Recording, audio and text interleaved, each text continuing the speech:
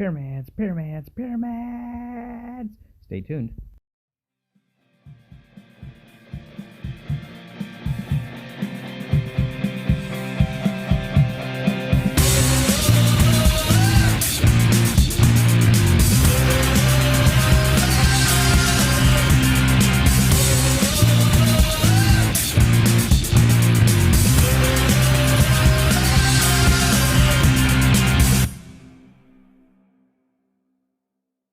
Good morning, welcome to another episode of Drew's Book Reviews. Today we're talking about Pyramids by Terry Pratchett. This guy is hilarious. Let me just put that out there from the start. Terry Pratchett, it's absurdism. That's what it is. It is absolutely absurdism. The world that he's created with his Discworld series is crazy. It's hilarious. So just to kind of put it out there, if you haven't read Discworld, definitely check it out, especially if you like that absurd, hilarious, irreverent type of humor. You've got that in Terry Pratchett. So the Discworld is basically this, well, as the term suggests, it is a disc, not a globe, not a sphere. It is a flat earth world, shaped like a disc, riding on the backs of 4 elephants, flying through space on a giant turtle. So here you go. Here's a picture. Check it out. This is Terry Pratchett's Discworld. This series now encompasses books, over 40 books at this point. I've barely gotten into it. This is only the 7th book in the Discworld series that I've actually gotten into. And it is just crazy. So what we have here is King Tepic. He is part of a desert-dwelling kingdom that likes to build, well, pyramids. So you can kind of get where this is going in terms of what culture he's kind of poking fun at, the ancient Egyptian culture all the way. But his kingdom is a unique kingdom. You see, as the pharaoh, which he becomes after his dad dies, he's responsible for making the sun rise. But not only that, he's responsible for making his river kingdom flood and bring all the water into here every single year. That's his job. And when he dies, he's going to be interred into this big pyramid. But the thing is, he doesn't really want a pyramid. His dad didn't want a pyramid. But everybody's insisting that he gets a pyramid built. And he soon finds out that he might be king, but he literally has no say in anything. Nothing whatsoever. He doesn't get a say in what's going on. And so he ends up having to rescue this girl that he... Well, his advisors basically said that she was going to go to prison for refusing to sacrifice herself to the gods, but it was completely voluntary.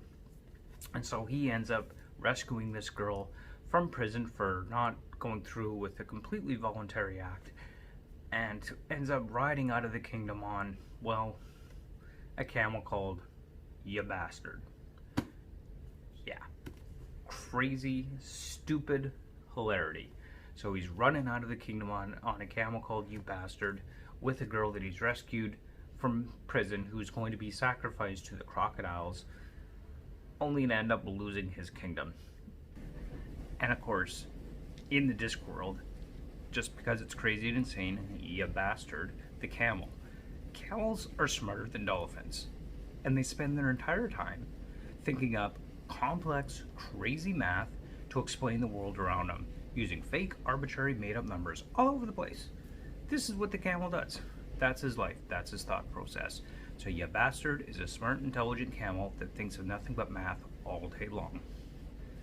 This is just an example of the hilarity and the ridiculousness and the absurdity that we have going on in the Discworld books. This kingdom gets flipped into this alternate dimension because of the power of the pyramids that warp space-time and create kind of these time loops. And of course, the inevitable effect of a time loop on a pyramid is that suddenly all your workers get multiplied, and there's a whole bunch of them all over the place. But hey, this has some advantages. Now you've got multiple workers that can all do a job, and you only really have to pay one of them because they're all the same guy. How cool is that? Anyway, that is the kind of hilarity that Terry Pratchett gets into with this book series, or this entire book series. And this book of course, particularly about the pyramids and, you know, time warps, and it definitely pokes a lot of fun at religion as well. There's like a lot of things in there about the gods and how dependent they are upon people to create them through their belief, and it's really kind of poking fun at the whole idea of religiosity and religion in general and how it all operates and works. And just overall, Terry Pratchett is a funny read. His Discworld series, definitely absurdism. So definitely I would say check it out, enjoy it, get a good laugh. It is hilarious. And I would say well worth your time to pick it up, check it out, and read Discworld. Anything by Terry Pratchett. It does not have to be in the order from 1 to 41. That's the order I'm choosing to read it in personally, but definitely you don't have to read the Discworld books in order by any means.